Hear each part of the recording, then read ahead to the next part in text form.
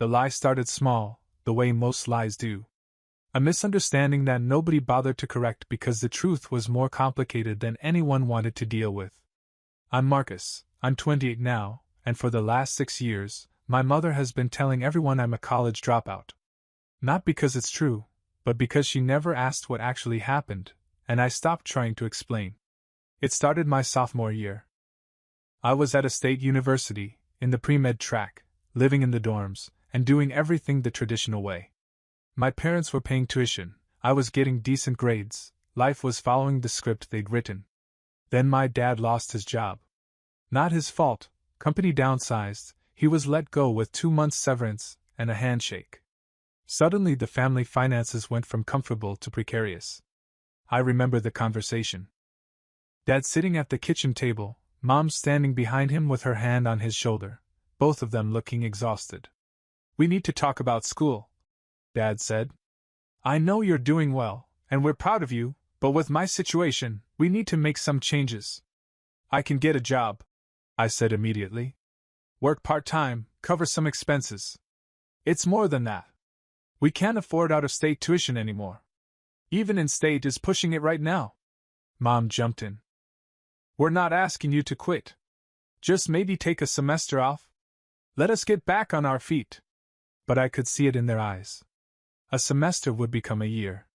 A year would become indefinite. Once you stop, it's hard to start again. Statistics don't lie about that. "What if I transferred?" I asked.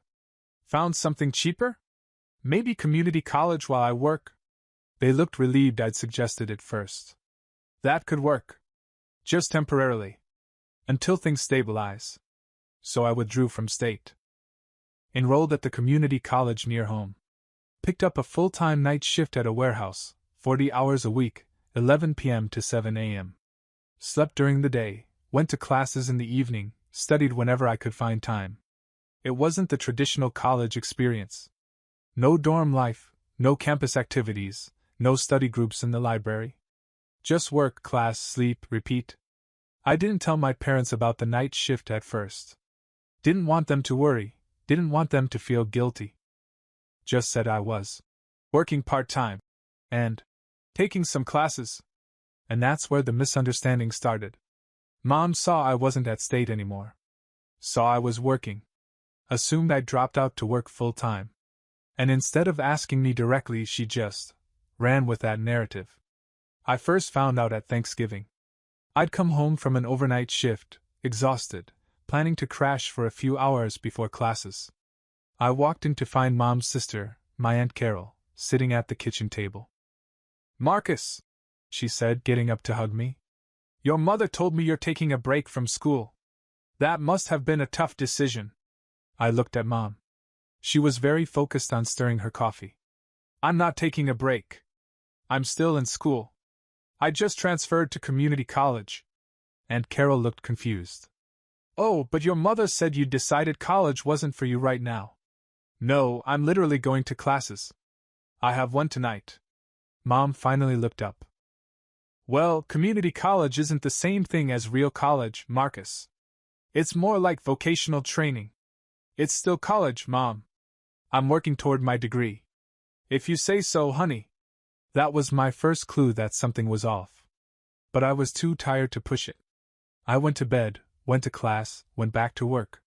Over the next few months, I started noticing a pattern. Family gatherings, neighborhood run-ins, my parents' friends stopping me at the grocery store. Everyone had the same sympathetic expression, the same carefully worded questions. "So, taking some time off from school? Your mom mentioned you're working now instead of studying. Sometimes the traditional path isn't for everyone." Every time, I'd correct them. "No, I'm still in school. Just at a different school while I work." And every time, they'd look confused, like I was contradicting established fact. I confronted Mom about it after Christmas. "Why is everyone under the impression I dropped out?" "I never said you dropped out." "Then why does everyone think I did?" "I just said you weren't at state anymore. People make their own assumptions. But you're not correcting them." She got defensive. "I'm not going to explain your entire situation to every person who asks. It's complicated. Easier to just say you're taking a different path. A different path sounds like a euphemism for failure. That's not what I meant. But it was what she meant. Or at least, what she was comfortable letting people believe. See, my mom had been telling people since I was in high school that I was going to be a doctor. Had shown everyone my acceptance letters, bragged about my pre-med track, made my college career part of her identity. When I transferred to community college and started working nights, it didn't fit that narrative anymore. So instead of updating the story, she just let it fade. Let people assume I'd given up, that I wasn't serious about my education, that I'd become one of those kids who couldn't hack it. It was easier than explaining that life had gotten complicated. Easier than admitting our family financial situation had changed. Easier than confronting the reality that her son was working 40 hours a week at a warehouse while still pursuing his degree. The thing is, I wasn't ashamed of what I was doing. Working night shift was brutal, yeah, but I was proud of myself. Proud that I'd found a way to stay in school without burdening my parents. Proud that I was building work ethic and life skills alongside my education.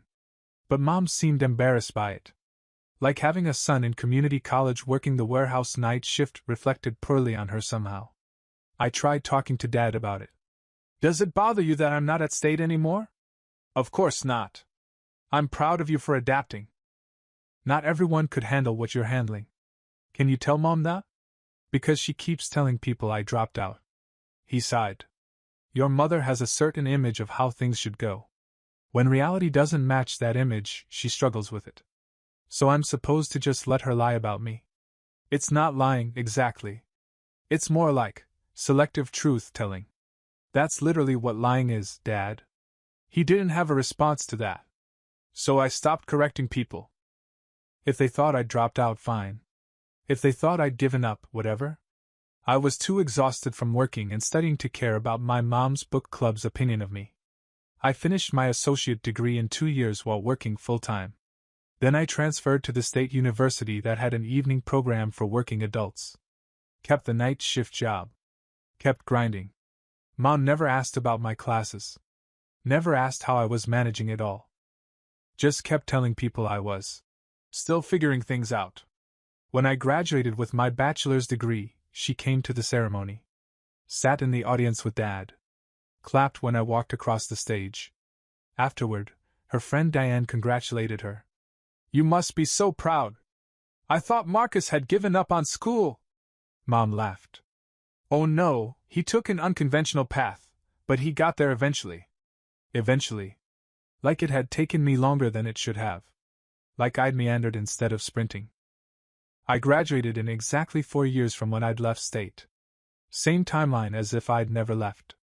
But because those 4 years involved work and community college and night school, they didn't count the same way in her mind. After graduation, I got a job as a research assistant at a pharmaceutical company. Entry level, but good benefits, room to grow. I moved into my own apartment, finally had a normal sleep schedule, started feeling like an actual adult. Mom's narrative evolved. Now I was finally getting serious about life.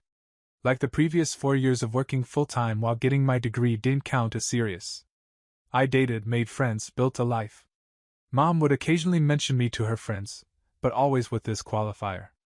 Marcus is doing well now. Took him a while to find his path, but he's figuring it out. I stopped correcting her. What was the point? Then I went back to school. Not because I had to, but because I wanted to. Got into a master's program in biochemistry. Evening classes again, because I was still working full-time. This time because I wanted to keep my job and financial stability, not because I had no choice. I didn't tell my parents right away. Didn't want to deal with Mom's commentary about how I was still in school at my age, or whatever spin she'd put on it. But 2 years later, when I finished my master's and the company promoted me to senior researcher, I mentioned it at Sunday dinner. Got some good news. Finished my master's and got promoted. Dad looked genuinely surprised and proud. Master's? When did you start that? 2 years ago. Evening program. Mom's face did this complicated thing where she was happy but also confused but also maybe annoyed.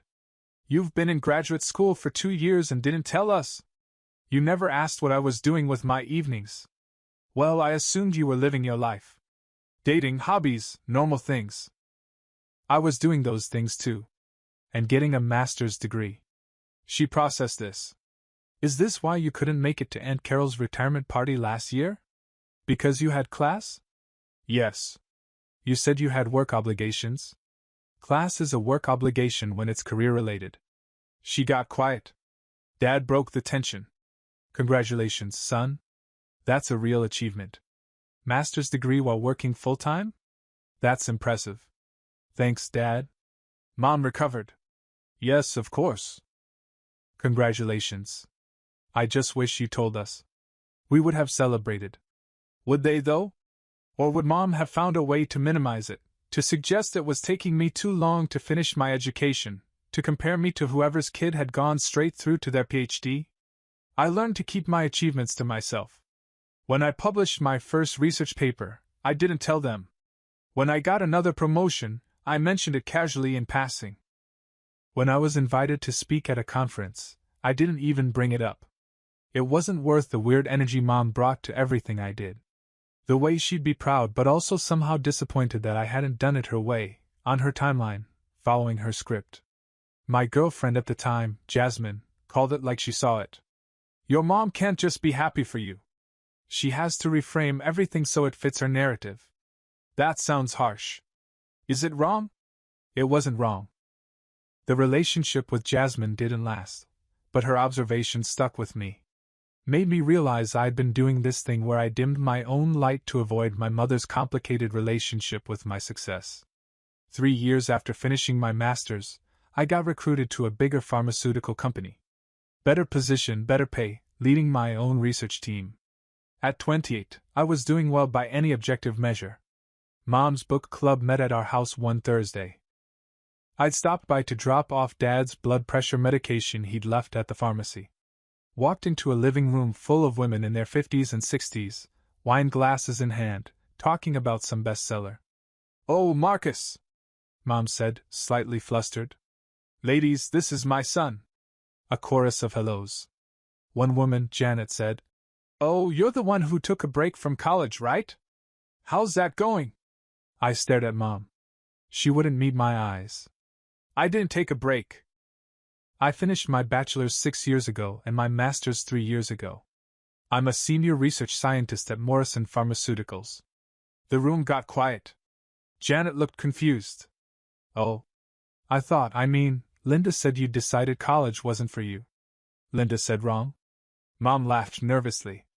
"I never said that exactly. People misunderstood. People misunderstood because you let them. For 6 years. I left before it could get worse. But driving home, I was furious. 6 years. She'd been telling people for 6 years that I'd given up on school. Let them think I was working some dead-end job, barely getting by, one of those kids who couldn't handle higher education. And I'd let her. Because correcting her was exhausting. Because every time I tried to set the record straight, she'd twist it somehow, make it seem like I was being defensive or exaggerating. That night I called Dad. "Did you know Mom's been telling people I'm a dropout?" He sighed. "I know she hasn't been entirely accurate about your situation." "Entirely accurate?" "Dad, she's been lying. She sees it differently. In her mind, leaving state was giving up, and everything after that was just you trying to recover from that decision. But I didn't give up. I adapted. I found a way to finish school while supporting myself. I know that. You know that. Your mother has a harder time seeing it that way." "Why?" "Because admitting you did it on your own means admitting we couldn't help you. And that's hard for her." That stopped me. I hadn't thought about it like that. So she'd rather people think I failed than admit she couldn't pay for my education? I don't think she's thought it through that clearly. I think she just got uncomfortable with the questions and gave answers that were easier for her to live with. That's really messed up, Dad. I know. We hung up. I sat in my apartment, looking at my degrees framed on the wall, my research publications, and the photos from the conference where I'd been a keynote speaker. All the proof that I'd succeeded despite the obstacles, not failed because of them. And my mother had spent 6 years telling people the opposite. I didn't talk to Mom for a month after that. Ignored her calls, kept my responses to her texts short and factual. Dad would call occasionally to check in, never pushing, just letting me know he understood why I was upset. Then something happened that changed everything. The alumni magazine from State University, the school I'd left after my sophomore year, reached out. They were doing a feature on alumni who'd taken non-traditional paths to success and wanted to interview me. Apparently, my research had caught someone's attention. A paper I'd published on protein synthesis inhibitors had been cited in several major studies. Someone at State had tracked down that I'd briefly attended and thought my story would be interesting. We're highlighting alumni who've made significant contributions to their fields, the editor told me over the phone. Your journey from leaving State to where you are now is exactly the kind of story we want to tell. I'm not sure my family would appreciate that story being public, I said. Why not? It's a great story. Financial hardship, working full-time, putting yourself through community college and evening programs, and ending up as a lead researcher making actual breakthroughs. That's inspirational. When she put it like that, it did sound good. Not like the failure narrative Mom had been telling, but like something to be proud of. Okay, I said. Let's do it. The interview was thorough. They asked about why I'd left State, about the warehouse job, about juggling work and school, about the research I was doing now. They took professional photos of me in the lab, sent a photographer to my apartment to get some casual shots. This is going to be our cover story for the spring issue, the editor told me. We're really excited about it. I didn't tell my parents. Didn't tell anyone really except my girlfriend Emma, who I'd been dating for about a year. Your mom's going to lose her mind, Emma said when I showed her the draft article. Good. Maybe she'll finally stop telling people I dropped out. Or she'll find a way to make this about her somehow. Emma knew my family dynamics well. We'd had plenty of conversations about Mom's complicated relationship with my success. The magazine came out in March. Glossy cover, my photo in my lab coat, headline reading, From Night Shift to Breakthrough, How Marcus Chin Built a Research Career on His Own Terms. The article was 4 pages. Detailed my entire journey, quoted me extensively about the challenges of working full-time while in school, highlighted my research accomplishments, and ended with a quote from my department head calling me one of the most dedicated and innovative researchers he'd worked with. It was everything Mom's narrative wasn't. Not a story about giving up or taking the easy route or being a disappointment. A story about persistence and self-sufficiency and success earned through hard work. I got my copy in the mail on a Tuesday. Read it 3 times, still couldn't quite believe it was about me. Posted a photo of the cover on Instagram with a simple caption. Honored to be featured. The comments flooded in. Colleagues, friends, and former professors. Everyone congratulating me, saying they'd had no idea about my journey, calling it inspiring. And then, Thursday afternoon, I got a call from Dad. Your mother's book club met today. Okay? Janet brought your magazine. The State University Alumni Magazine. With you on the cover. I sat down. Oh. She apparently subscribes because her daughter went there. Brought it to show everyone, said wasn't it amazing that Linda's son who dropped out was actually this successful researcher? What did Mom say? Not much at first. Just got very quiet.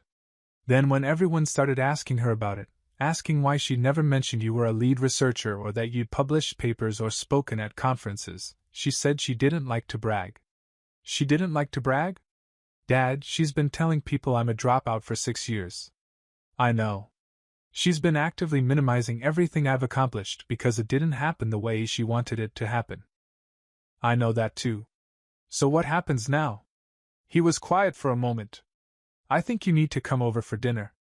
We need to have a conversation, all 3 of us. I didn't want to. Wanted to let her sit with the embarrassment of being exposed as a liar in front of her friends. Wanted her to feel even a fraction of what I'd felt every time she dismissed my achievements. But I also knew avoiding it wouldn't solve anything. I went over on Sunday. Mom was in the kitchen when I arrived, cooking in that aggressive way she did when she was upset. Chopping vegetables like they'd personally offended her. Hi, Mom. Marcus. She didn't look up.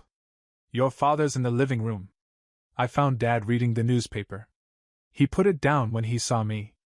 Want something to drink before we do this? Is it going to be that bad? It's going to be honest. That's often worse. We sat down at the dinner table. Mom served the food silently. We ate in uncomfortable quiet for a few minutes before Dad finally said, Linda, you want to start or should I? Mom set down her fork. I saw your magazine article. I figured. You could have told me about it. I could have told you about a lot of things. My master's degree. My promotions. My published research. My speaking engagements. But I stopped telling you things because you had a way of making them feel less significant than they were. That's not fair. Isn't it? You've been telling people I dropped out of college for 6 years. You've let everyone believe I failed, that I couldn't handle higher education, that I gave up. And the whole time, I was working harder than I'd ever worked in my life to finish my degree and build a career. I never said you dropped out. You let people believe it. Which is the same thing. Mom's face was doing that thing where she was trying to hold on to her position, but knew she was wrong. People made assumptions. Because you didn't correct them. Because it was easier to let them think I'd failed than to explain that our family had financial problems, and I'd found a way to handle it myself. That landed. She flinched. That's what this is really about, isn't it? I continued. You were embarrassed that we couldn't afford to keep me at state. Embarrassed that your son had to work night shift at a warehouse. Embarrassed that I went to community college instead of the prestigious university you'd been bragging about. So instead of being proud of me for adapting, you just let everyone think I'd given up. I was proud of you, she said quietly. Then why didn't you ever say it? Why didn't you correct people when they felt sorry for me? Why didn't you tell your book club that I'd graduated with honors or that I'd gotten into a competitive grad program or that I was leading research projects? She didn't answer. Just sat there with tears starting to form. Dad spoke up. Linda, he's right. You've been carrying shame about our financial situation and projecting it onto Marcus's story. But his story isn't shameful. It's the opposite. I know that, Mom said. I do know that. When people would ask about you, I didn't know what to say. It felt complicated. And the more time that passed, the harder it was to correct the misunderstanding. So you let it become my identity. I said. The son who couldn't hack it at college. The disappointment. The one who took the easy route. You didn't take the easy route. What you did was harder. I know it was harder, Mom. I lived it. Every day for 6 years, I worked and studied and pushed myself. And you minimized all of it because it didn't look the way you wanted it to look. She was crying now. I'm sorry. I didn't realize how much it was hurting you. How could you not realize? Every time I corrected someone, every time I tried to explain what I was actually doing, you'd wave it off or change the subject. I thought you didn't care what people thought. I didn't care what strangers thought. I cared what you thought. I cared that my own mother couldn't acknowledge my accomplishments. The table went silent except for Mom's quiet crying. Dad reached over and put his hand on her shoulder. Finally, she looked at me. I'm proud of you, Marcus. I should have said it more. Should have said it at all. You did something remarkable, and instead of celebrating it, I hid it. I'm sorry. It wasn't enough. It couldn't be enough to make up for 6 years. But it was something. What happens now? I asked. Now I tell people the truth, she said. About all of it. About what you accomplished. About how wrong I was. And if they ask why you never told them before, I'll tell them I made a mistake. That I was more concerned with appearances than with supporting my son. We sat there, food getting cold, the weight of 6 years of misunderstanding heavy in the air. I'm not going to forget this overnight, I said. It's going to take time. I understand. And I need you to actually see me. Not the version of me you wish I was, but the actual person I am. The researcher, the scientist, the person who works hard and succeeds even when it doesn't follow your script. I will. I promise I will. Whether she'd follow through remained to be seen. But for the first time in 6 years, I felt like maybe she was actually hearing me. The change wasn't immediate. Mom didn't wake up the next day and suddenly become a different person. But slowly, things started shifting. She called me a week later. I talked to Janet. Told her I'd been wrong about how I described your situation. That you didn't drop out, that you actually worked incredibly hard to finish your education while supporting yourself. How'd she take it? She was surprised. Asked why I'd let everyone believe otherwise. I told her I was embarrassed about our financial situation and took it out on your story. That must have been hard to admit. It was. But it needed to be said. Over the next few months, I'd occasionally hear through Dad that Mom had corrected someone else. A neighbor, a cousin, her hairdresser. Slowly dismantling the narrative she'd built. She started asking about my work too. Actually asking, not just making polite conversation. What research I was doing, what the significance was, and whether I enjoyed it. Like she was getting to know her son for the first time. Tell me about your protein synthesis paper, she said one Sunday. The one that got cited a lot. I explained it as simply as I could. She listened, really listened, and asked follow-up questions that showed she was trying to understand. I'm sorry I never asked before, she said when I finished. I should have been curious about your work. Should have wanted to know what you were accomplishing. Why weren't you? She thought about it. I think part of me was stuck on the story I'd imagined for you. Pre-med at state medical school, becoming a doctor. When that didn't happen the way I'd pictured, I couldn't adjust. Couldn't see that you'd found a different path that was just as valuable. More valuable to me, I said. I don't think I would have been happy as a doctor. Are you happy now? I thought about my lab, my team, the research that actually excited me. Yeah. I really am. She smiled, and it looked genuine. Then I'm happy too. Finally. The alumni magazine article kept circulating. People I'd lost touch with reached out. Old professors, former classmates, colleagues from other companies. The response was overwhelming and humbling. My company used it in recruiting materials. This is the kind of innovative thinking we value, my boss said. Non-traditional paths, people who've proven they can handle adversity. I got invited to speak at State's graduation ceremony the following year. Asked to share my story with students who might be facing their own obstacles. Standing on that stage, looking at hundreds of graduates and their families, I talked about leaving State, about the warehouse job, about night school and community college. About the long, hard path that nobody sees when they just look at where you ended up. Success doesn't always look like you think it will, I told them. Sometimes it looks like working overnight and sleeping through alarms and wondering if you can keep going.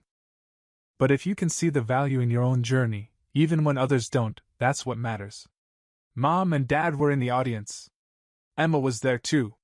Afterward, Mom hugged me hard. I'm so proud of you, she said. And I'm sorry it took me so long to say it properly. I know, Mom. No, I need you to really hear this. What you did, working full-time and finishing your degree and building this career, that's extraordinary. And I should have been shouting it from the rooftops instead of hiding it. You're telling people now. That's what matters. She pulled back, looked at me. Can I make a request? What? Next time you accomplish something, big or small, will you tell me? Even if you think I won't understand or won't react the right way. Just give me the chance to try. Okay, I said. I can do that. 3 months later, I got engaged to Emma. We'd been dating for 2 years, living together for 1, and it felt like the right time. I told my parents over dinner. Mom's face lit up with genuine excitement, and then she did something unexpected. She pulled out her phone and took a picture of Emma and me. I'm putting this in the family album, she said. And I'm posting it on Facebook. Because this is something worth celebrating. She typed out a caption while we watched. Thrilled to announce my son Marcus, lead researcher and published scientist, is engaged to the wonderful Emma. So proud of the life he's built, and the person he's become. No qualifiers. No eventually, or finally, or despite taking a different path. Just straightforward pride. She hit post, then showed me. Is this okay? It's perfect, Mom. The comments came fast. Friends congratulating us, relatives expressing surprise at my job title, people saying they hadn't known about my career. A few of Mom's book club friends commenting with variations of, "We had no idea Marcus was so accomplished." Mom responded to each one, not making excuses, just acknowledging. "I didn't talk about it as much as I should have.